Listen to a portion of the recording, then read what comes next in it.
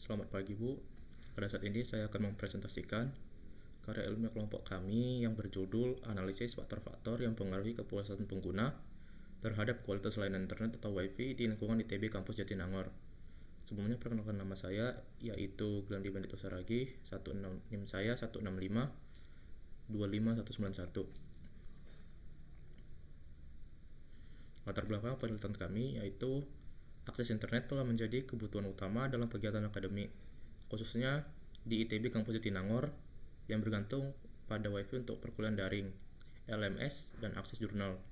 Penelitian sebelumnya yang dilakukan oleh Taufikur Rahman dan Kartijo pada tahun 2021 masih terbatas pada data lama dan aspek teknis jaringan. Oleh karena itu, diperlukan penelitian terbaru yang tidak hanya menilai performa teknis jaringan, tapi juga pengalaman dan kepuasan pengguna agar perbaikan layanan dapat dilakukan dengan efektif dan tepat sasaran. Rumusan masalah dari penelitian kami adalah yang pertama yaitu bagaimana tingkat kepuasan pengguna terhadap kualitas layanan Wi-Fi di ITB Jatinangor serta faktor-faktor yang mempengaruhinya. Yang kedua, upaya apa yang dapat dilakukan untuk meningkatkan kepuasan pengguna terhadap layanan Wi-Fi tersebut. Metode penelitian karya ilmiah kami adalah menggunakan metode deskriptif kuantitatif dengan pendekatan evaluatif. Data diperoleh melalui dua pendekatan yaitu pengukuran objektif atau QoS dan pengukuran subjektif kepuasan pengguna atau QoE. Parameter QoS meliputi throughput, latensi, dan RSSI yang diukur di berbagai lokasi kampus dengan menggunakan alat seperti speed test dan Wi-Fi analyzer. Sementara itu, QoE diperoleh melalui survei kepuasan berbasis skala Likert kepada mahasiswa stay angkatan 2025 sebagai pengguna aktif jaringan Wi-Fi kampus. Untuk mengukur skor presentasi tiap butir pernyataan digunakan rumus berikut. TCR sama dengan RS per N kali 100%, yang dimana RS itu adalah rata-rata poin suatu pernyataan, N nilai tertinggi skala Likert yaitu 5, TCR adalah skor presentase. Dari skor presentase TCR tadi dapat dikategorikan rentangnya sebagai tabel berikut. Jadi misal kalau didapat hasil dari TCR-nya di angka 80-100%, data itu dikategorikan sangat tinggi. Landasan teori untuk penelitian kami, pertama standar jaringannya itu mengacu pada IEEE 802.11. Yang kedua parameter QoS.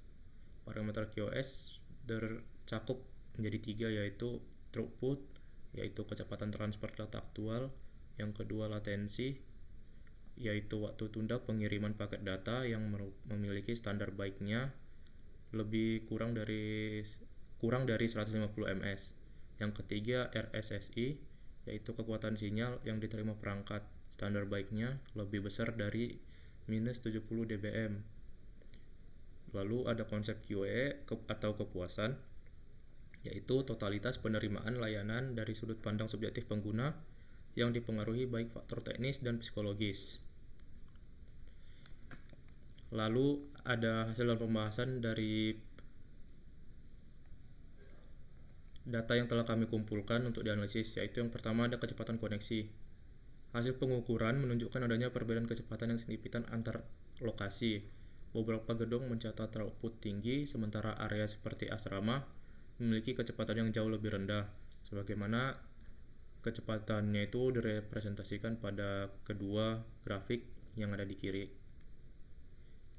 Terdapat perbedaan yang signifikan antar lokasi, misal antara gedung A dan gedung B. Gedung A dan gedung B memiliki kecepatan unduh maupun unggah yang tergolong relatif berbeda sangat jauh. Adapun jika dilihat dari keseluruhan grafik, dapat dilihat bahwa variasi kecepatan unduh maupun unggahnya itu sangat variatif. Dari sisi pengguna, tingkat kepuasannya ini berada pada kategori netral. Kecepatan dinilai cukup untuk kebutuhan dasar, namun seperti tadi, variasi antar lokasi menyebabkan pengalaman penggunaan yang tidak konsisten. Yang kedua ada kemudahan akses dan latensi. Latensi jaringan saat kondisi sepi tergolong sangat baik dengan rata-rata 6,9 ms, namun meningkat drastis pada jam sibuk hingga lebih besar dari 1000 ms, terutama di area pada dengan kepadatan pengguna tinggi. Kondisi ini pun berdampak pada menurunnya responsivitas jaringan saat digunakan untuk aplikasi real-time. Pengguna menilai proses akses cukup mudah, tetapi sering mengalami gangguan berupa keterlambatan respon. Seperti dilihat pada tabel di kiri, terdapat hasil pengukuran yang telah kami lakukan untuk latensi dari WiFi ITB Jatinangor untuk 3 kasus, yaitu pada saat idle atau tidak melakukan apapun, ataupun saat unggah maupun download.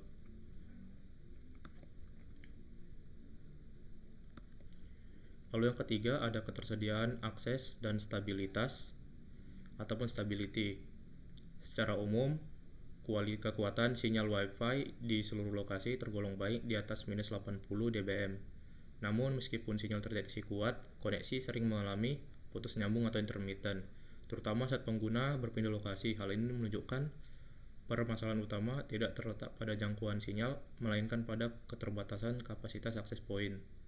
Dapat dilihat bahwa sebenarnya kekuatan sinyal di ITB Jatinangor itu sudah tergolong sangat baik, karena kekuatan sinyalnya itu semua dari sampel yang kami kumpulkan, semuanya itu berada di atas minus 80 dBm.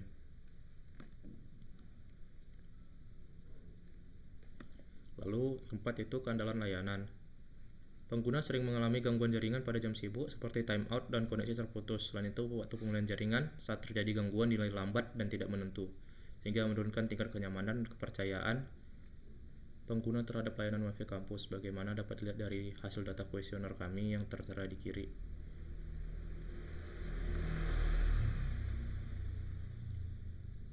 Lalu untuk menanggapi masalah-masalah utama jaringan Wi-Fi yang dialami oleh para mahasiswa, berikut solusi yang dapat diberikan. Yang pertama, optimalisasi distribusi dan penempatan wireless access point. Optimisasi ini yaitu untuk menempatkan access point dari wireless fidelity atau Wi-Fi-nya itu berada di tengah-tengah dari gedung yang akan dipasang. Jadi misal kalau mahasiswa sedang melakukan mobilisasi ataupun berpindah tempat, koneksi internetnya menjadi tidak terputus. Yang kedua, penerapan manajemen bandwidth yang adil atau fair usage policy.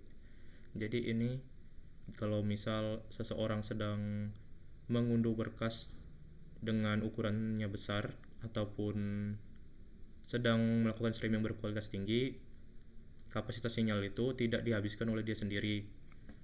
Jadi dia akan memiliki kapasitas yang terbatas. Jadi kalau misal kapasitas maksimalnya itu ada 100 Mbps untuk satu sinyal Wi-Fi itu, dia hanya menerima 20 Mbps. Jadi dengan diterapkannya ini, bandwidth yang akan diterima oleh semua orang yang menggunakan tentunya akan lebih stabil dan merata. Yang ketiga, ada penanganan latensi melalui manajemen kepadatan jaringan. Ini tuh berupa upgrade ataupun peningkatan dari perangkat yang digunakan untuk menyalurkan sinyal Wi-Fi tadi.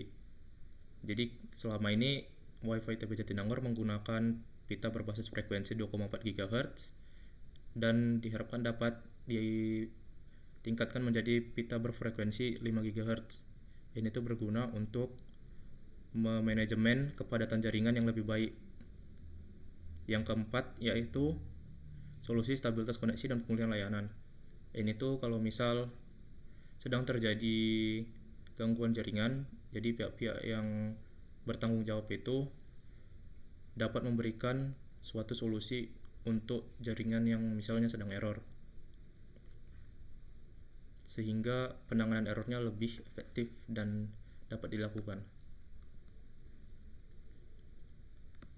Jadi sekian presentasi rangkuman dari karya ilmiah kelompok kami. Terima kasih.